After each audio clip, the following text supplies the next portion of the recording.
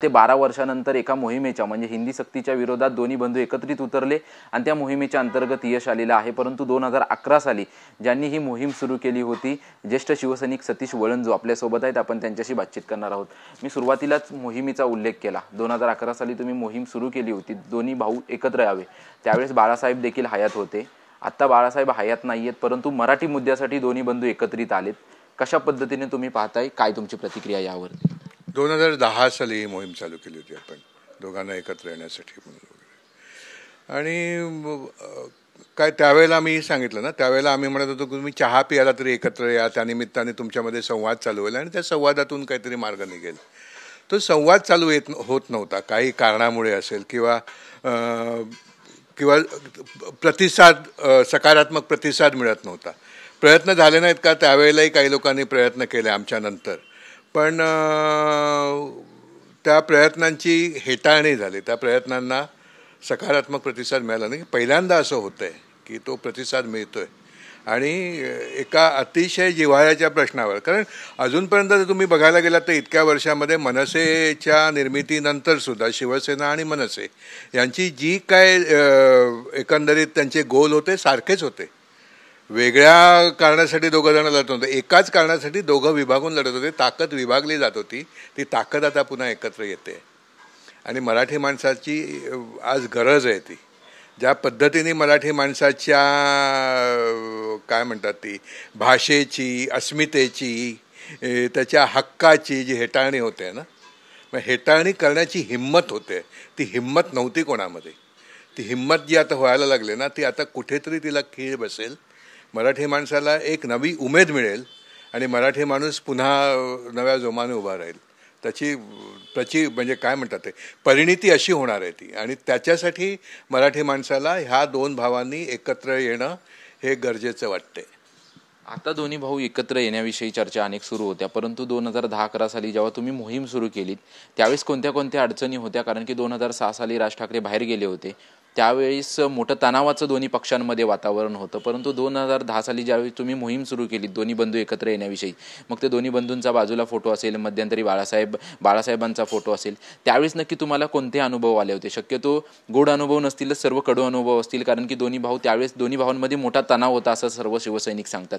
काय अनुभव होते तुमचे त्यावेळेचे? कसं होतं माहिती आहे, 2006 मध्ये नुकतेच बाहेर पडले होते आणि 2009 मध्ये राजसाहेबांनी पहिली निवडणूक लढवली आणि त्याच्यामध्ये त्यांना चांगलं यश मिळालं होतं।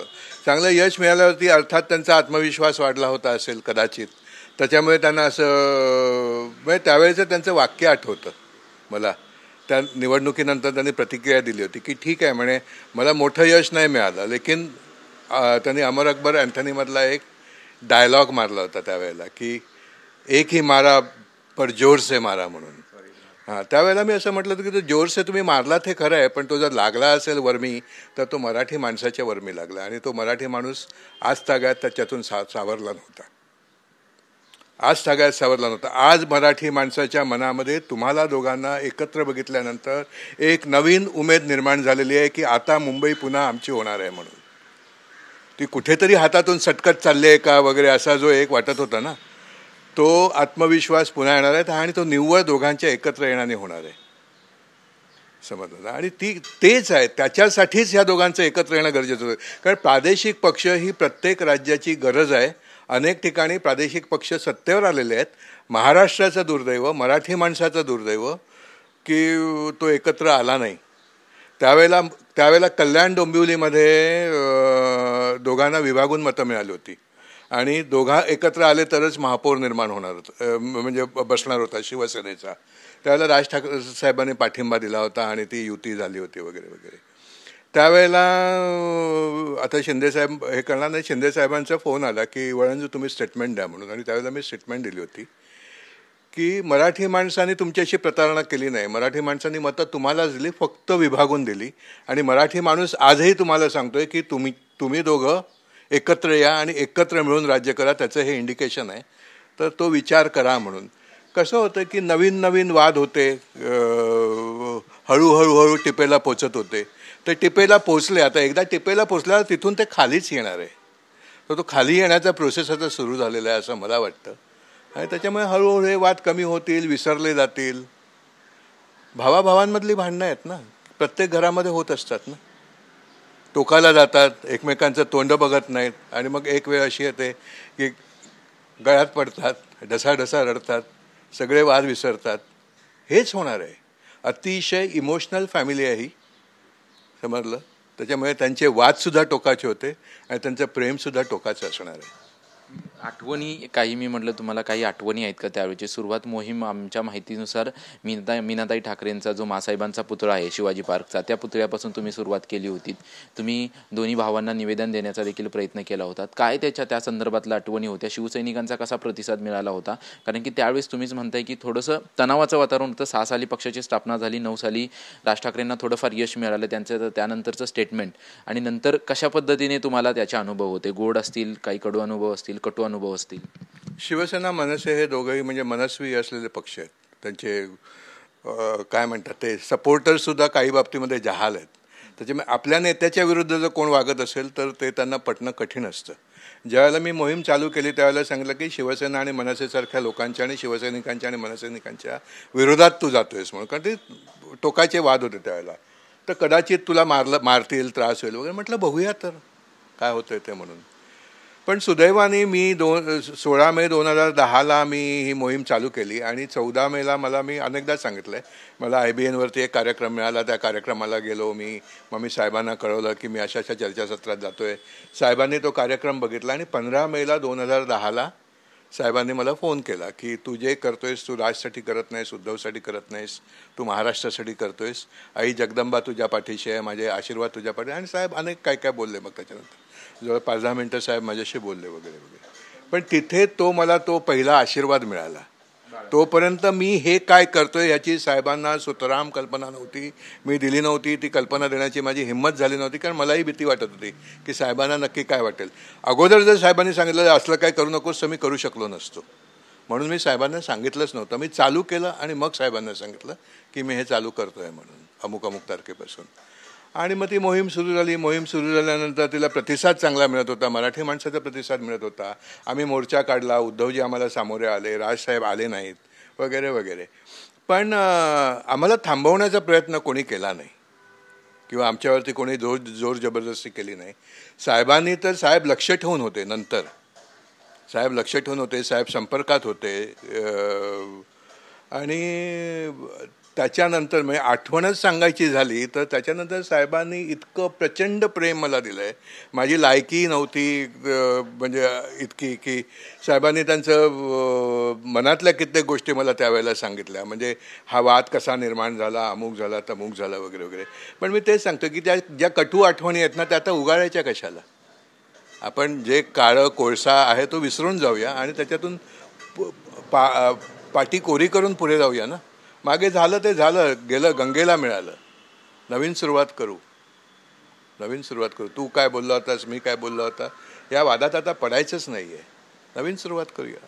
पण ही नवीन सुरुवात पुढेही कायम राहील तुम्हाला वाटतंय? कारण की 2006 नंतर जवळपास 2025 आता उगवलेलं आहे. एवढ्या वर्षाच्या मध्यंतरी खूप साऱ्या गोष्टी घडल्या, टीका झाल्या, एकमेकांचे कार्यकर्ते एकमेकांना भिडले, दादरमधला वाद असेल, इतर जिल्ह्यातले वाद असतील, शिवसैनिकांचे आणि मनसैनिकांचे. हे वाद विसरून खरं तर ते दोघे भाऊ एकत्र येत आहेत. उद्धव ठाकरेंनी भाषणामध्ये पण बोलली होती काही वाद असतील ते किरकोळ आहेत, मराठी माणसासाठी एवढे मोठे नाही आहेत. मग हे वाद बाजूला सारून, सर्व जे आतापर्यंत घटना घडल्या त्या बाजूला सारून इथून पुढे कायमस्वरूपी एकत्रित राहतील भाऊ, तुम्हाला वाटतंय? सुरुवात तर झाली आहे ना. इतकी पण सुरुवात होईल असं वाटत नव्हतं. अगदी काल परवापर्यंत लोक बोलत होते की राज ठाकरे एकत्र येणार नाहीत, राज ठाकरे देणार नाहीत, फडणवीस त्यांना भेटलेत, अमुक जण त्यांना भेटलेत, त्याच्यानंतरही भेटलेच ना. त्याच्यानंतर एका व्यासपीठावर येत आहेत ना. आपण तिथून सुरुवात झाली. आपण सकारात्मकरित्या बघूया ना. आपण कशाला काय होणार आहे याचा विचार करूया, काय होणार नाही याचा विचार नको करूया. आणि दुसरी गोष्ट म्हणजे विभक्त होऊन वेगळ्या वाटाने जाऊन झालेलं नुकसान दोघांनीही बघितलेलं आहे. मराठी मनोकामना तुम्ही एकत्र या अशी होती, तिचा अवेर झाल्यानंतर त्याचे झालेले परिणाम तुम्ही भोगलेले आहात. आणि त्याच्यानंतर सुद्धा तुम्ही ते जर कंटिन्यू करणार असाल तर इतके दूधखोळे हे नेते आहेत असं मला नाही वाटत. शेवटी जनभावना ओळखून, जनतेची नस ओळखून तुम्ही त्यांच्या पाठीशी उभे राहता. त्याच्यामुळे ही जनतेची नस ओळखण्याची ताकद त्या दोघांमध्येही आहे. आणि प्रचंड भावना ह्या वेळेला, आणि तिचा प्रतिसाद तुम्हाला दिसतोय आणि तो उद्याच्या गर्दीमध्ये दिसणार आहे. उद्याच्या गर्दीमध्ये तो दिसणार. कशाला घाबरत होते हे? का GR रद्द केला? ते दोन भाऊ व्यासपीठावरती एकत्र दिसायला ह्या लोकांना नको आहेत. बाकी GR रद्द करण्याचं दुसरं कुठचंही कारण नाही आहे. भलत्या भ्रमामध्ये राहू नका. हिंदी लादायचीच होती, पण ही लादायची ताकद आपल्यामध्ये नाही. तो जो उद्रेक होईल तो आपल्याला परवडणार नाही. हा संदेश कुठेतरी ह्या दोघांच्या एकत्र येण्याने गेला म्हणून. आणि हे प्रत्येक म्हणजे तुमच्या माध्यमातल्या मराठी माणसांनी सुद्धा ही गोष्ट लक्षात ठेवायला हवी. मराठी टिकले तर तुम्ही टिकणार आहात, मराठी संपली तर तुम्ही संपणार आहात. एक शेवटचा प्रश्न. तुमची मोहीम सुरू होती तेव्हा बाळासाहेब हयात होते. बाळासाहेब, तुम्ही सांगताय की माझ्यासोबत चांगल्या आठवणी असतील, काही कटू आठवणी असतील. बाळासाहेब दोन्ही भावांविषयी माझ्याशी बोलायचे. तर मग आता बाळासाहेब नाही आहेत, जवळपास जाऊन 12 वर्ष पूर्ण झालेले आहेत. तर आता एकत्रित येत आहेत. बाळासाहेब असते तर काय बोलले असते किंवा काय त्यांच्या भावना असत्या? तुम्ही सांगताय की सुरुवातीला जेव्हा ही मोहीम सुरू केली तेव्हा बाळासाहेब या संदर्भात माझ्याशी बोलायचे. माझ्याशी बोलायचे नाहीत, माझ्याशी बोलले होते. एका ह्याच्यामध्ये बोललो आम्ही, ज्यावेळेला माझी दामोदर हॉलची मीटिंग झाली आणि बाळासाहेबांनी मला भेटायला बोलवलं, त्यावेळेला बाळासाहेबांनी अक्षरशः हृदय उघडं केलं होतं. म्हणजे बाळासाहेबांच्या डोळ्यातून अश्रू आले नाहीत इतकंच सांगेन मी. बाकी त्यांनी काय सांगितलं काय नाही सांगितलं त्याच्या डिटेलमध्ये जाण्याची मला आवश्यकता वाटत नाही. पण एकंदरीत बाळासाहेब दुःखी होते. आणि बाळासाहेबांना शेवटी 2012मध्ये निखिल वागळेंनी जेव्हा प्रश्न विचारला वाईट वाटतंय का म्हणून, तेव्हा बाळासाहेबांचं उत्तर रेकॉर्डेड आहे. ह्या गोष्टी काय सुख देणाऱ्या आहेत का म्हणून वगैरे वगैरे. तर बाळासाहेबांना कुठेतरी ते पिंच होतच ना. आणि काय उद्धवजींना पिंच होत नव्हतं किंवा राजजींना पिंच होत नव्हतं. कुठेतरी वाटतच असेल ना की हे आपलं कुटुंब आहे, आपल्यापासून थोडंसं लांब गेलं आहे, राजकीय कारणामुळे असेल, कशामुळे असेल वगैरे. आणि त्याच्यातूनच आता जो काय परत येण्याचा की आमचे वाद किरकोळ आहेत, शुल्लक आहेत, हे बोलण्यापर्यंत ते आले. ह्याच्या पलीकडे अजून काय पाहिजे? उद्धवजीने तर सांगितलं आमच्यामध्ये वादच नाही आहेत म्हणून, त्याला रिॲक्शन म्हणून सांगितलं, पण सांगितलं ना आमच्यामध्ये वादच नाहीत. इतक्या स्टेजला हे आल्यानंतर आता शंका कुशंका कशाला? मराठी माणसाचं तेच सांगते, मराठी दुर्दैव आहे. मराठी माणसांना बाळासाहेबसुद्धा कित्येक मराठी माणसांना बाळासाहेब गेल्यानंतर समजले. बाळासाहेब जिवंत असताना जर बाळासाहेबांची किंमत केली असतीत ना, तर आज महाराष्ट्रावरती 15-20 वर्ष राज्य केलं असतं प्रादेशिक पक्षांनी. हे दुर्दैव मराठी माणसाचं सुद्धा आहे. समजलं? हे विसरा आता. आपण विसरूया. साऊथच्या राज्यांची आपण उदाहरणं घेऊया.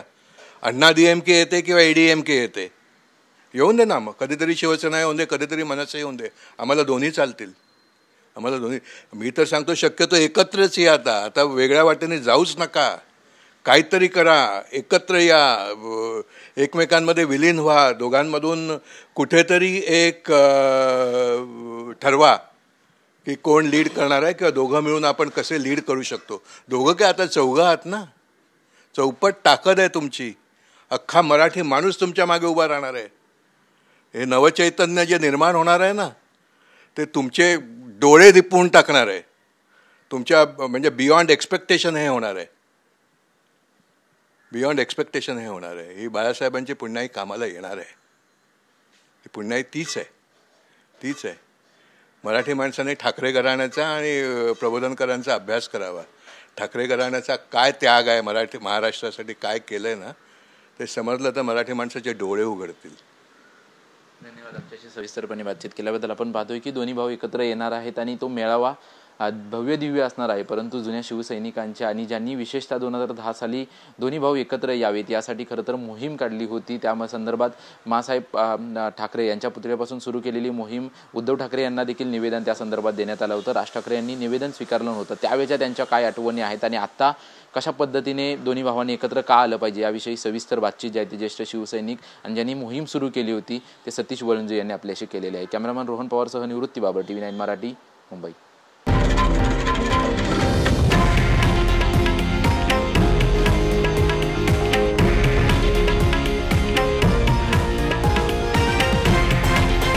हे आहे देशातील नंबर 1 न्यूज नेटवर्क आणि आपण पाहत आहात TV9 मराठी, एकमेव.